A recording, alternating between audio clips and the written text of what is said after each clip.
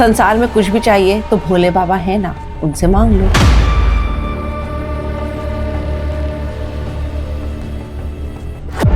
वो बैलेंस करते हैं लाइफ एंड डेथ को।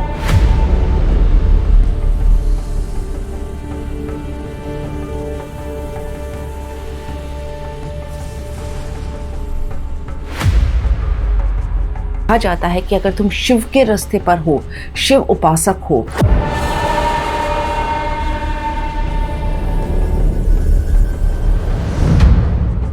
अगर आप शिव जी को अपनी बात पहुंचाना चाहते हैं तो नंदी बैल के कान में बोल दीजिए, शिव भगवान हमारी सब परेशानी खत्म कर दो। ये 7 गण हमें क्या एक्चुअली में दिखाते हैं।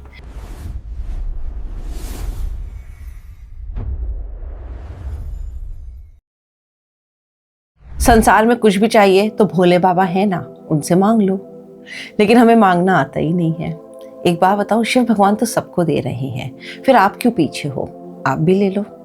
आज इस वीडियो में मैं आपको बताऊंगी कि कैसे शिव भगवान रिप्रेजेंट करते हैं एक्सेप्टेंस, लाइट और डार्कनेस दोनों की। अजीब सा लगेगा, पर ध्यान से सुनना इस वीडियो को, एंड तक देखना।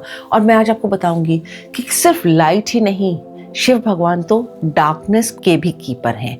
वो उसमें भी विलीन होना जानते हैं और उसका भी रखरखाव करते हैं। हम सब के अंदर लाइट और डार्कनेस है। वो बैलेंस करते हैं लाइफ एंड डेथ को, बैलेंस करते हैं हर लाइफ की फॉर्म को। हम उसे डिसइंटीग्रेट करते हैं कि ये तो लिविंग थिंग है, नॉन लिविंग थिंग है। लेकिन अगर आप शिवा के रास्ते पे चलोगे तो वो रिस्पेक्ट करते हैं हर फॉर्म की एनर्जी, चाहे वो सॉलिड हो, लिक्विड हो या गैस हो। वो आपको सीरियसली फ्रीडम देते हैं हर तरह की ईगो, प्राइड या बॉन्डेज से।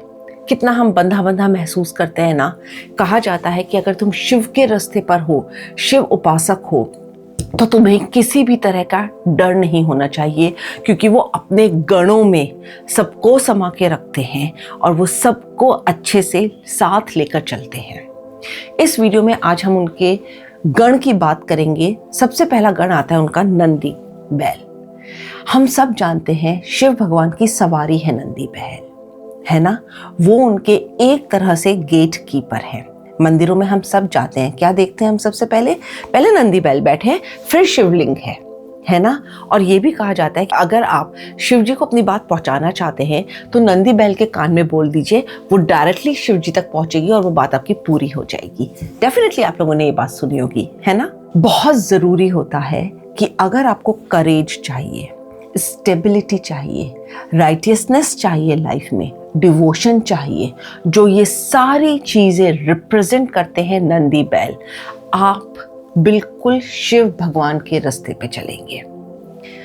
शिव भगवान डिस्ट्रॉयर भी कहलाते हैं और रचयिता भी कहलाते हैं।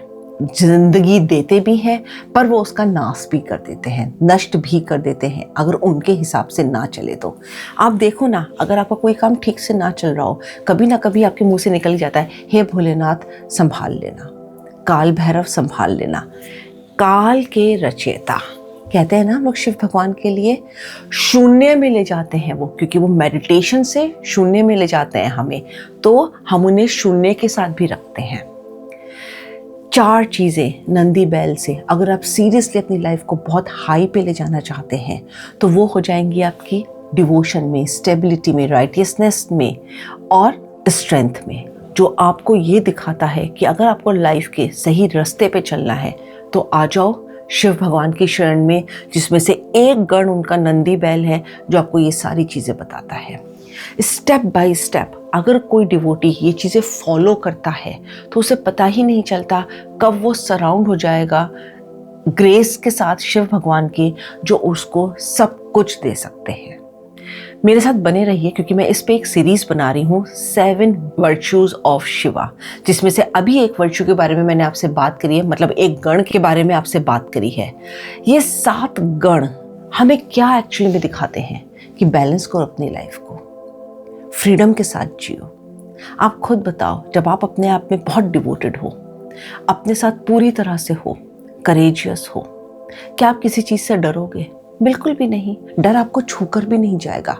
और आप देखो ना, शिव भगवान कि कभी चाल देखो आप, कितनी मस्ती से रहते हैं कैलाश पर्वत पर, कितने आराम से बैठे हुए साधना कर रहे हैं सालों से। क्या उन्हें किसी का डर है? नहीं। बीइंग फियरलेस, आपकी सोल फियरलेस होने के लिए बनी है।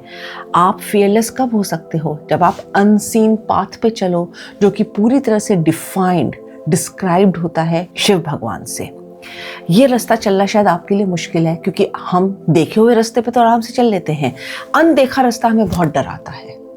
तो बहुत ज़रूरी है कि अगर आप उस पर पूरी तरह से डिपेंडेंट हो जाओ, उसके ऊपर सब कुछ छोड़ दो, तो वो कैसे आपके रास्ते को आगे लेके चलेगा खुद आपको नहीं पता। जुड़े रहिए मेरे साथ, और अब मेरा अपकमिंग सेकंड वीडियो देखिएगा जिसमें मैं दूसरा वर्च्यू डिस्कस करूंगी शिव भगवान को लेके।